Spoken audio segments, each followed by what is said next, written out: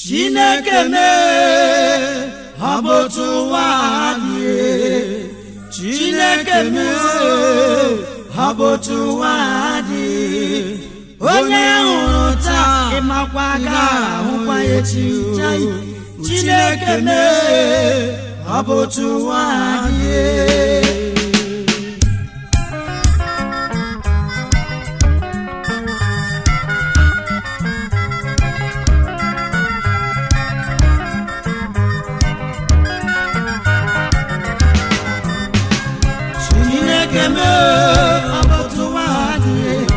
Chineke mee abotu wadi onye hụrụ taa ịmakwa ga-ahụzi echi Chineke mee abotu wadi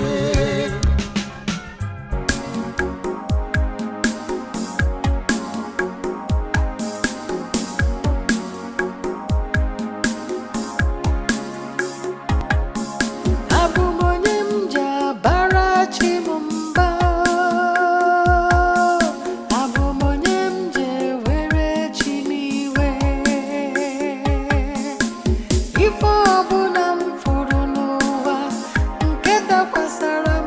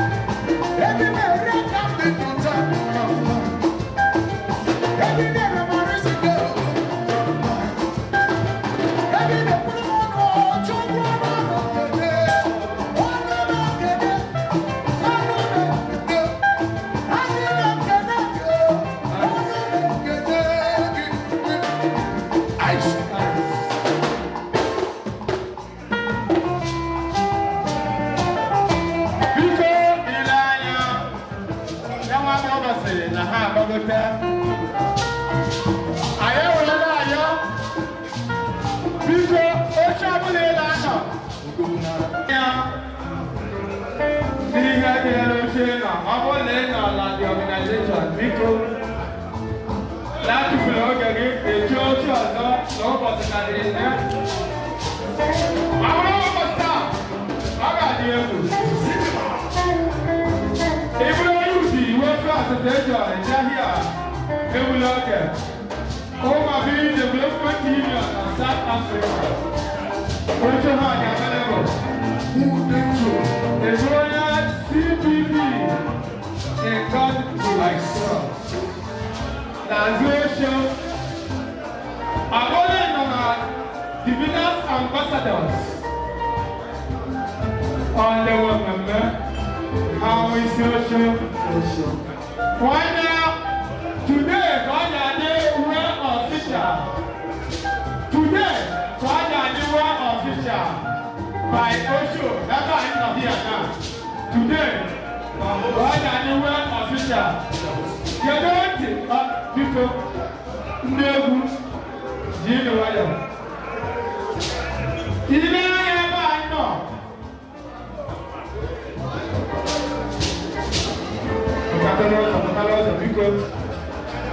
South African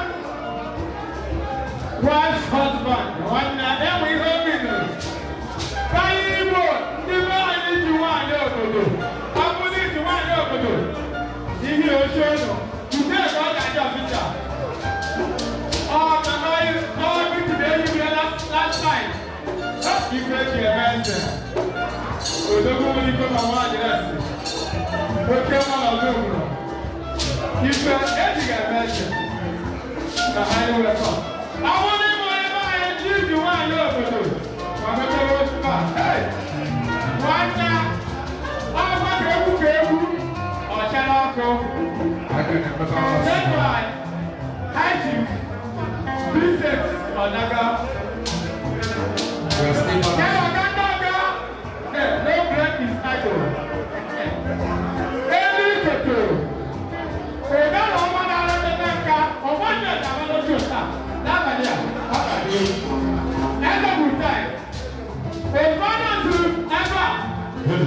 Last night, SMG one is the only that was good. After I got on, join that table. And then you're back on that way. Can we go on that side? The line to do it for our more members. Hi, man. Thank you. Hey. Go. That's not what you want. I believe that you go, man. What was that? Now, I got the table. Magic. Hey, I will.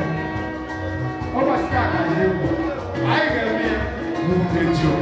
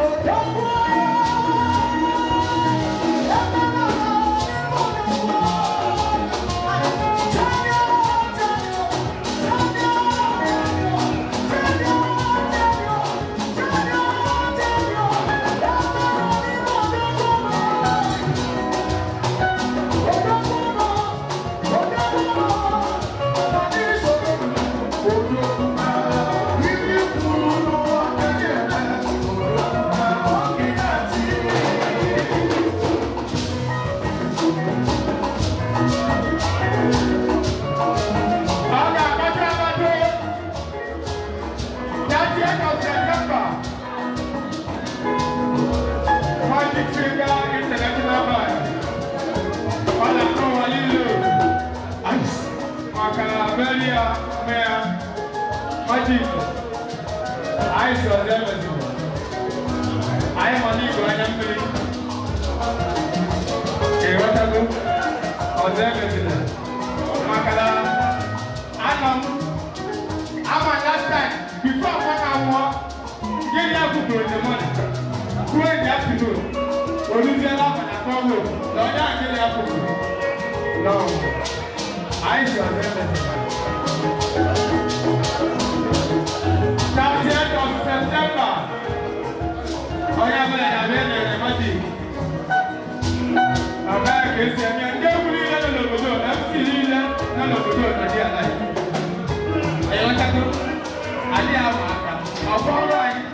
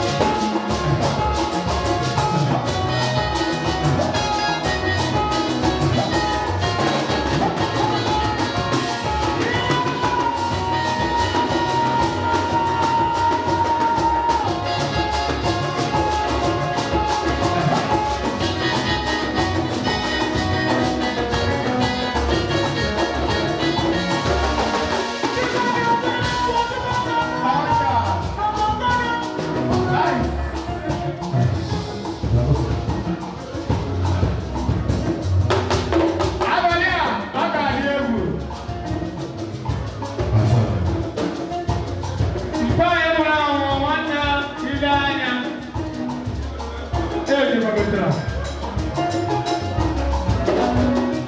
Oh, yeah, I got 2.2. Now, why we want here? Born of mother.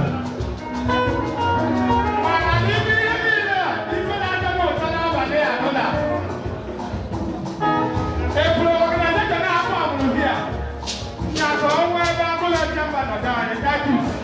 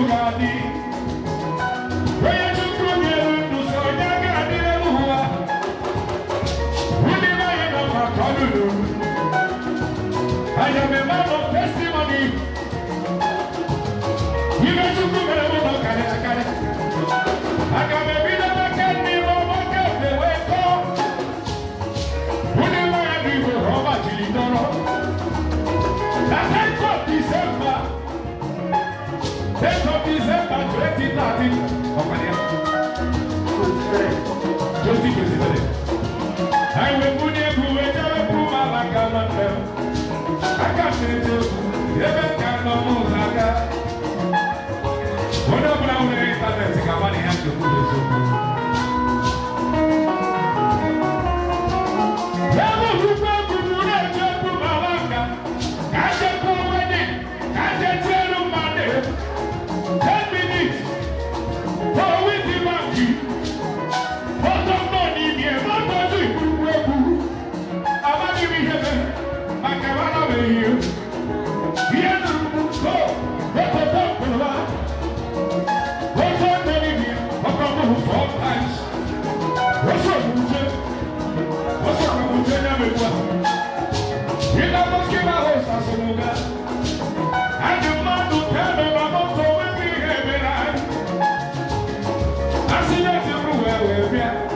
Sendo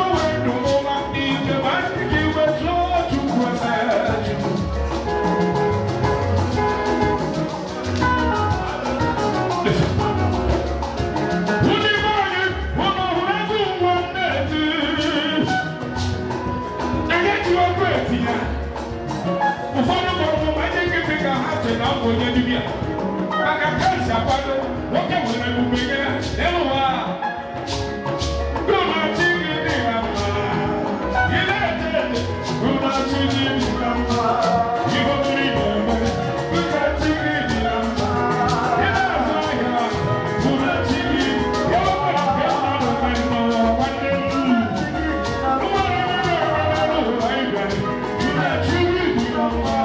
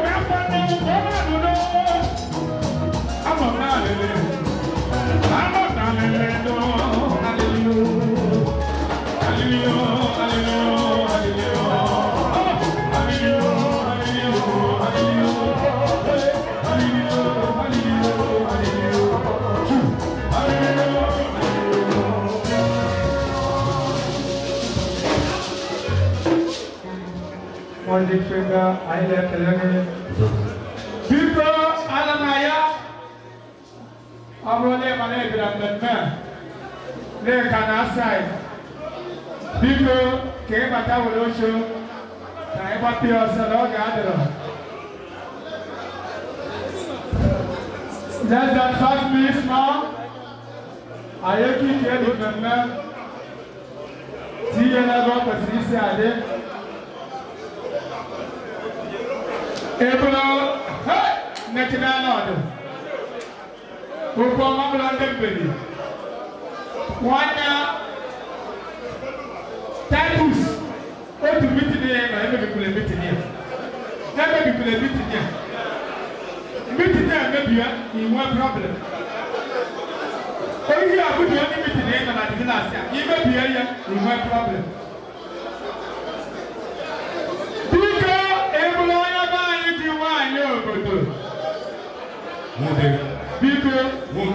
they are here, you may register for them.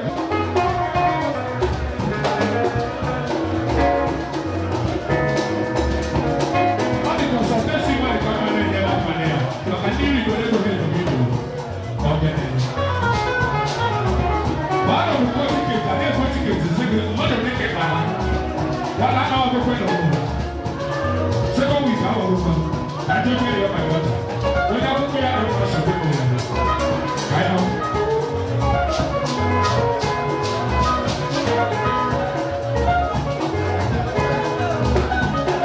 Peter, Italian mafia. That's what I want to deal with for mine. God bless you, sir.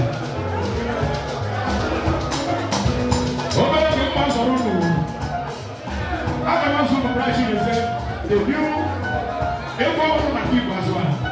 Not so fair, someone. Can't have it. Yes, you got it. You get it.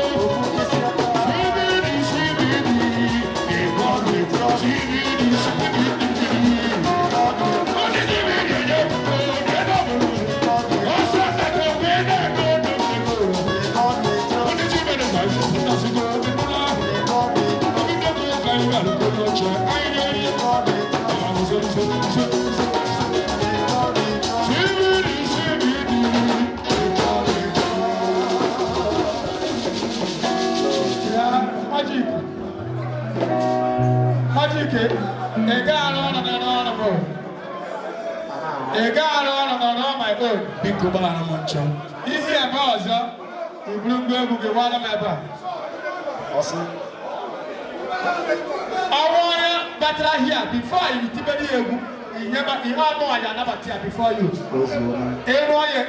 Good.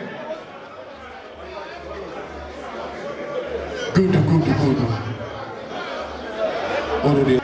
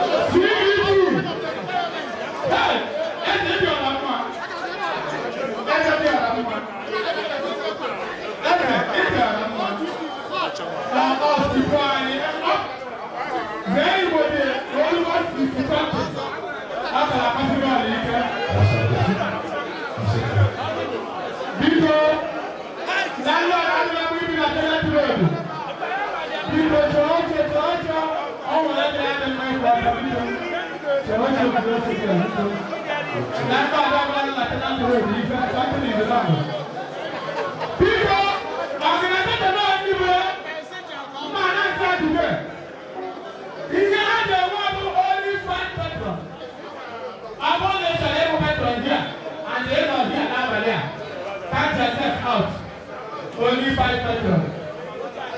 Hey, what to go? What to go? You go very well. I will never be found out ticket. Oh, you go very well. You go very well. You found out ticket. Why not? Never anything one year ago. 5 petrol let's go. Because I'm a local myself. No, I don't know. Because magic. I did a worker. I got to laugh at that. I put your best in the today, you don't believe the idea that number start. If you like that, correct. Do you want to this flying rule? There is the buffer. What about our people? We are good of a worker. When you come out, you know, I want to look by let's go here. If you choose to win them, if you choose to win them, you can guy.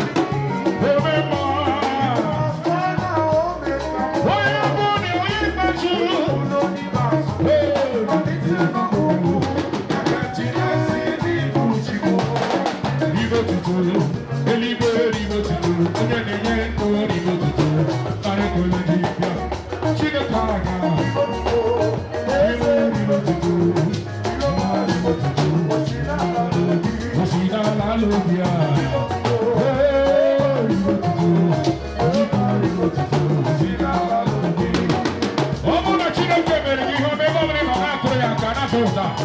Now beg you, when you Assemblies of God Church. Hey!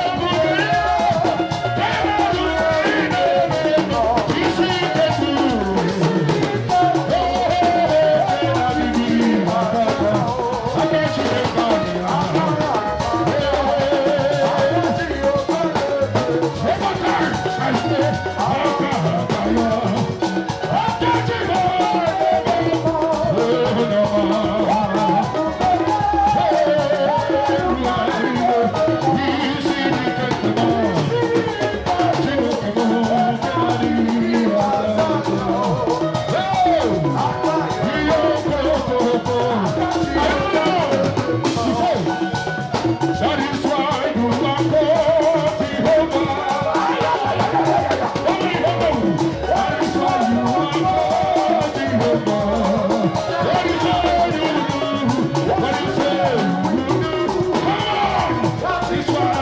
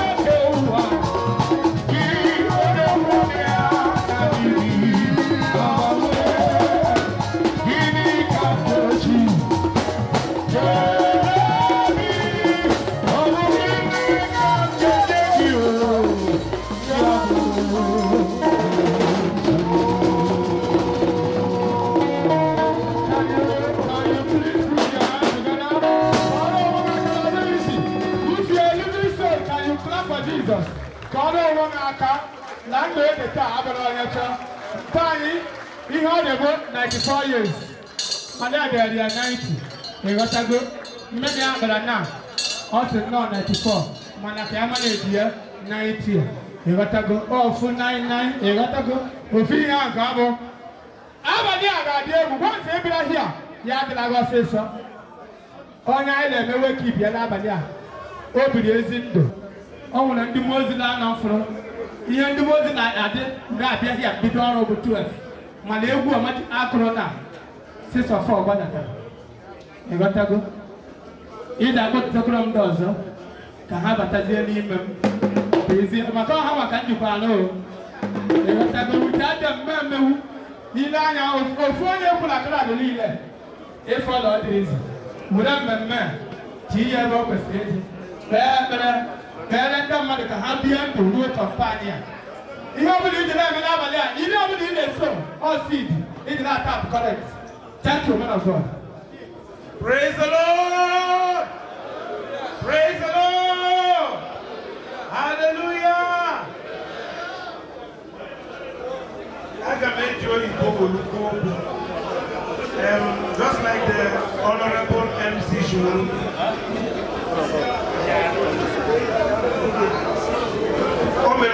Welcome. You are welcome. Our brother who will be back. May I invite? And I'm thanking you to be a part of this great event. Praise God. I took an opportunity and want it a wolo very chineke. I'm making Almandense, Bondoso, Goya Chikwanyate. Only Obrama, no, never Jesus be believing in the Kuna. So it's more than everybody. Nduna Kubu, Eguna Maka, praise the Lord. Hallelujah. Bible is at the end is always better than the beginning. One of his shepherd which has left and went to be with the Lord. So I want us to use this opportunity to pray. Please, please, please. Hello. Praise the Lord. Praise the Lord. I believe that everybody that is here has respect for the Lord Jesus Christ. Hello? This is the time to honor him. So whatever you're doing, whether you were drinking, you were eating, it is time to drop it. We are about to talk to the Lord. And I say to my people, the time of prayer is the greatest time that you have for communicating to the Lord. Praise God. So in first prayer, I want us to pray for this country. Praise the Lord. I want us to pray for this country. The reason is, every one of us are welcome into this country, and as a result of that, this is where we are all making our living. So we are going to pray for peace in this nation. We are going to declare that there will continue to be peace in the government sector that will favor everybody in South Africa. Pray for the leaders that they will not walk in deception. Pray for everyone who is participating in the government of national unity. I want us to pray. I want us to pray that they will continue to make laws that will favor everybody. Praise the Lord. Can you open your mouth and pray for this country? In the name of the Lord Jesus Christ. Negrabasonda Gishamanta Kilabrade. Regebarasoto Libra de Gesonda Alebardiga Serea Lerabasoro Borodiga de Gea. Father, we thank you in the name of Jesus Christ. For this country, South Africa, this country will continue to receive favor from the Lord and walk in peace. We declare that there is peace in this country. In every area, every province will experience the peace of God. No natural disasters, and the love of Christ will continue to be shed abroad in every part of this country. In the name of Jesus Christ. I want us to pray now. Many of you are not praying, but it's good that you join the prayer. I want us to pray now for the family of Ochinawata. Remember, a man represents the head of the family. Sometimes when the head is gone, there will be a shaking. But because he has raised up kings and queens, we are going to pray that this family will continue to experience peace. They will continue to experience unity. Greater love will be bestowed upon them. There will be understanding in this family in such a way that the departing of the father will not disturb or make anything that they are doing not to work again. So we are going to pray. Increase grace. Begin to pray for the family. In the name of Jesus Christ. La rosa has a prediki ralababa sondeleghe yele paradiga salagari la brahadia maledege sutori behedi le bredegia rabalaga dele pujamate zelebondo rabalita jeregida lerikoso mohida la brida la maria. In the name of our Lord Jesus Christ, we declare that this family will continue to walk in peace. Their family will continue to walk in favor. No weapon that is formed against them shall prosper. There is understanding in that family. They are strengthened with the strength of God. In everything that they lay their hands on to do, they will prosper. In the name of our Lord Jesus Christ. Kings and queens are coming to the brightness of their rising. In the name of our Lord Jesus Christ. In everywhere they go, they will find favor. walk in peace. They will walk in joy. Yes, men are positioned in the right places to love them, to favor them, to cause them to do that and fulfill the purpose of God for their life. In the name of our Lord Jesus Christ. Amen. Praise God. The third prayer that we are going to pray, I don't know if it has been done before. Somebody has given us a shelter. Somebody has given us a shelter. And I want us to use this time to pray for the man that owns this place and his family. We are going to pray that God will continue to protect him. God will continue to expand his vision. And God will continue to strengthen him in his relationship, in their family. He will continue to do well. Can you pray for the owner of this place? In the name of Jesus Christ. Can we pray? Barozoman tojele gazalabaria. Libara satama sataligaya. Leba sobo shamateke. Le gronto predila bardigate. Robodogo soto. Increase grace, increase favor. Malakosa maharia. Accuracy in the spirit. Magazegelila badu shediba. Expansion at all sides. Baliga zorobade. Le rebando rabade le geri libroto bradamaye. In the name of our Lord Jesus Christ. Praise the Lord. Hallelujah. Praise the Lord. Now it's time to pray for yourself. I hear we short prayers. Here in the highest 2 minutes. Please, let's 1 minute silent comments from now. Thank you. 1 minute silent, please. Wherever you are, please. 1 minute silent for our late father.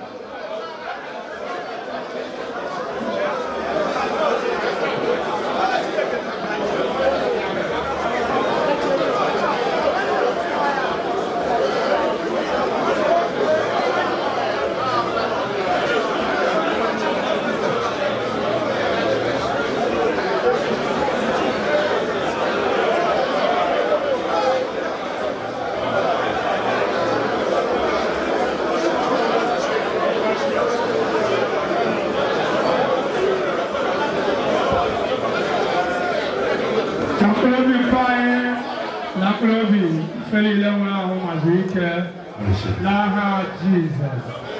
Thank you and comfortably have your seat. I'm an audio Lugana. Now I get a just Canada and Yoga. Because, man of God, you may have your mana, Erata. Ever, I want to see a better, and Brianna, 3 minutes. Yeah, thank you. Yeah, magic finger. Let's go there. Can I do 1 or 2 things? Can one you go there, Kwaku? You get your good here. Can I never attempt to know my view? Not how I want my man. How do you go to Kerala? I'm a young brother. And whatever. Emma, you may go to treat them with you. I can see everything. What is about the Guamji? Very good home.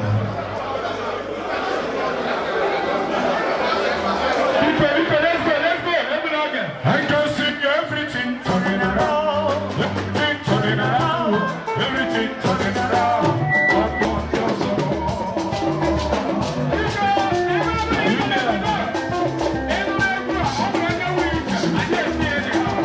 Everything is turning around, it's turning around for Joseph. Who did you come and us out? Turning around for Joseph. I can see everything turning around, everything turning around, everything turning around. I'm not going to take a desert palabo. Hey! Good news, everything in us out to know it's going to be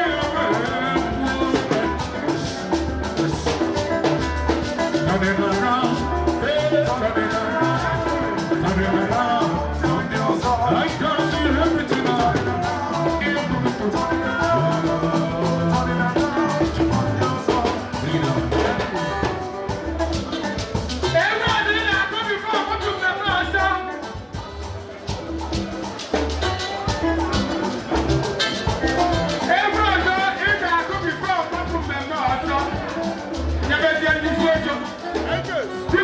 1 minute.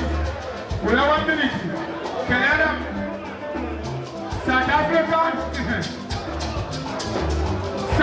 Okay, Emma. Okay, I just see already for big people. People are in the one here for you. Every day they have and they work for them one. Yeah, I did it. Thank you. Let's go to 1 minute. They work for them one. By Oliver.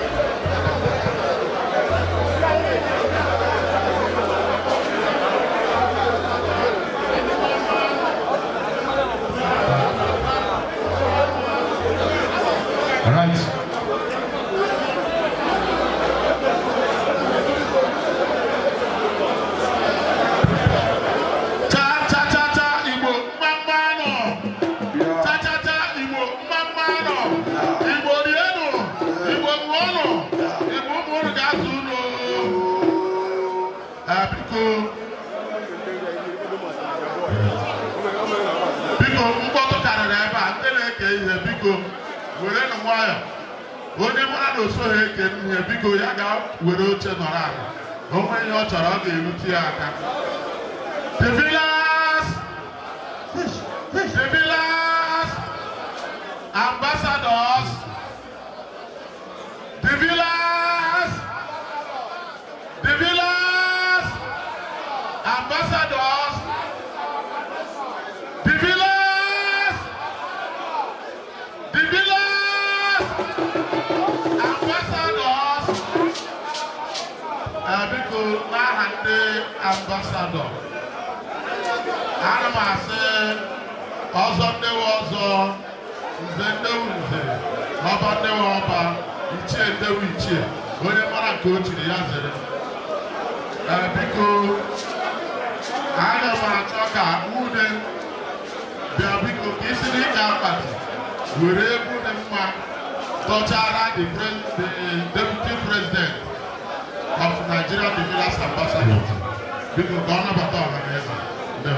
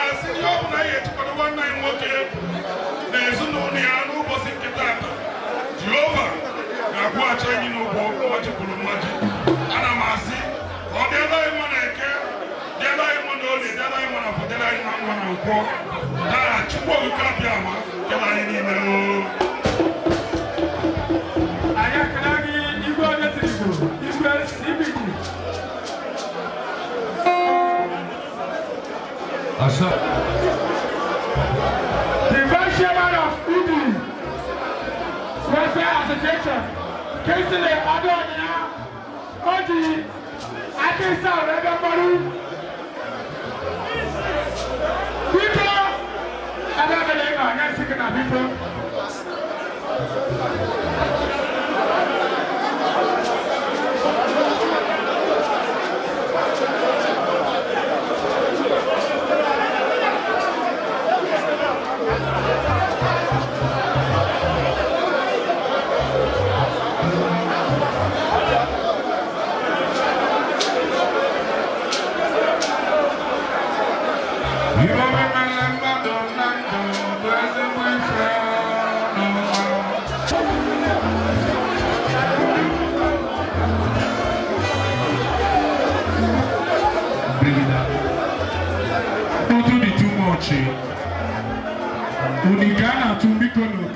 MC TV Kunu.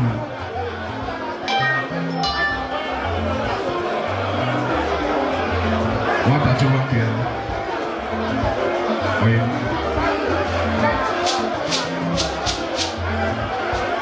If I'm on the before, let's go on the point.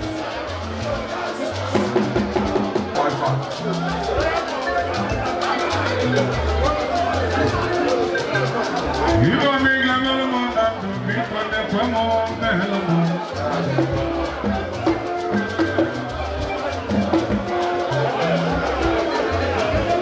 I'm almost in my room. You can do the same.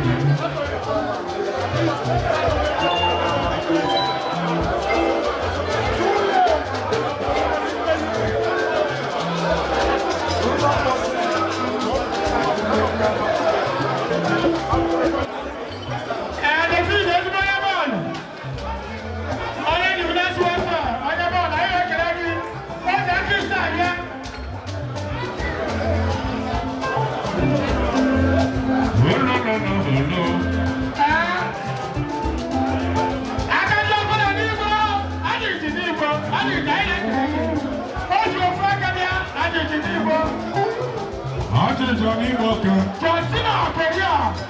S&P. Easy one for you. Okay, I can start there. S&P.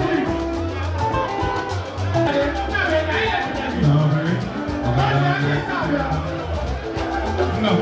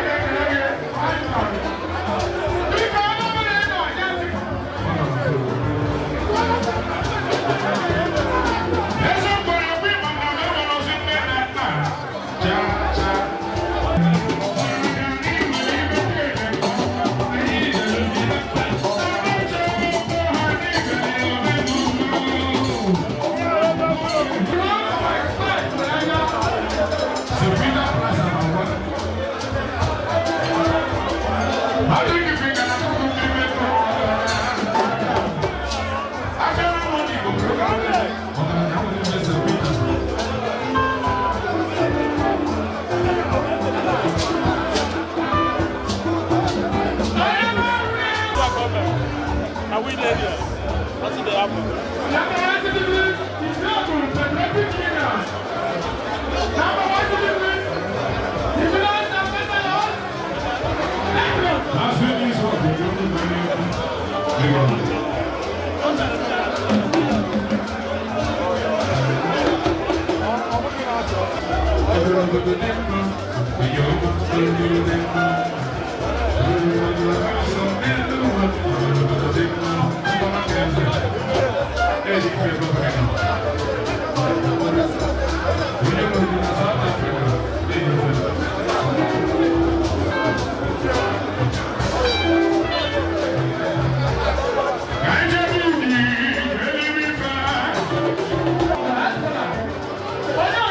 What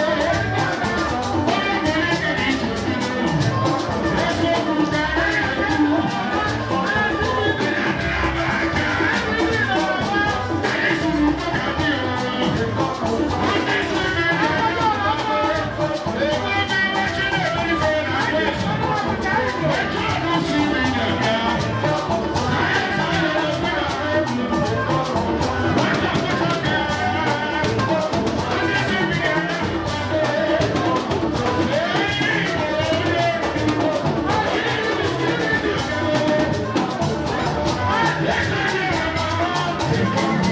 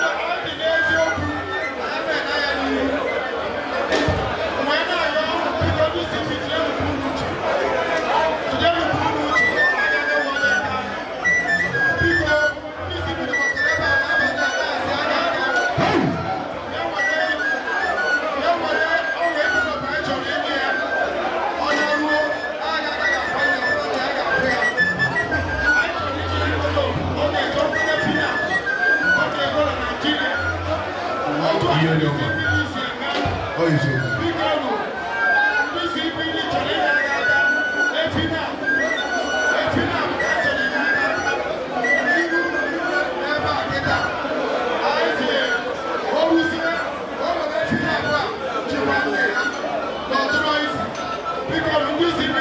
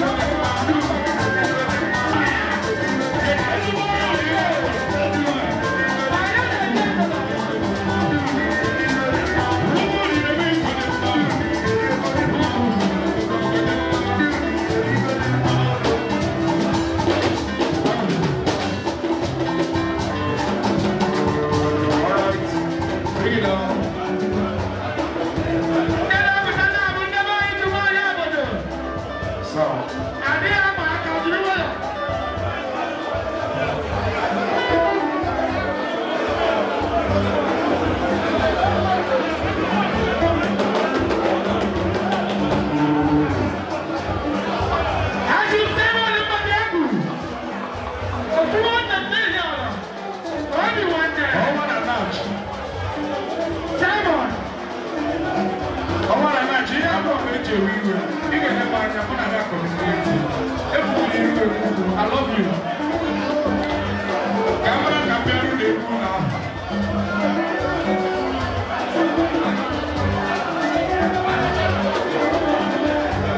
I don't know. The other name over there went up.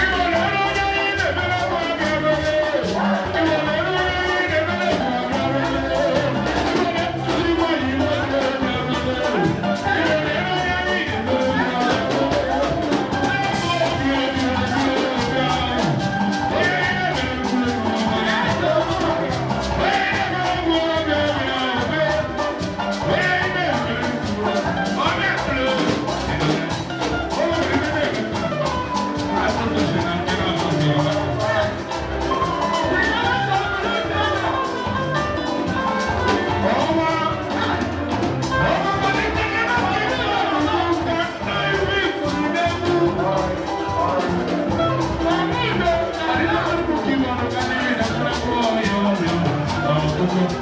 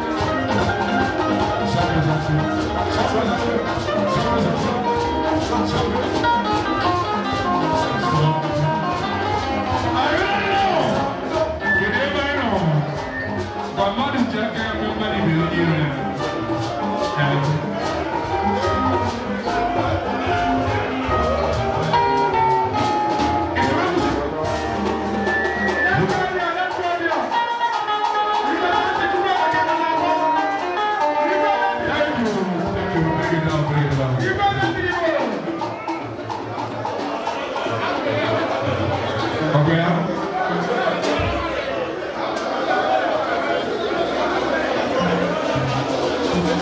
All right. Whatever we want, ambassador will be one.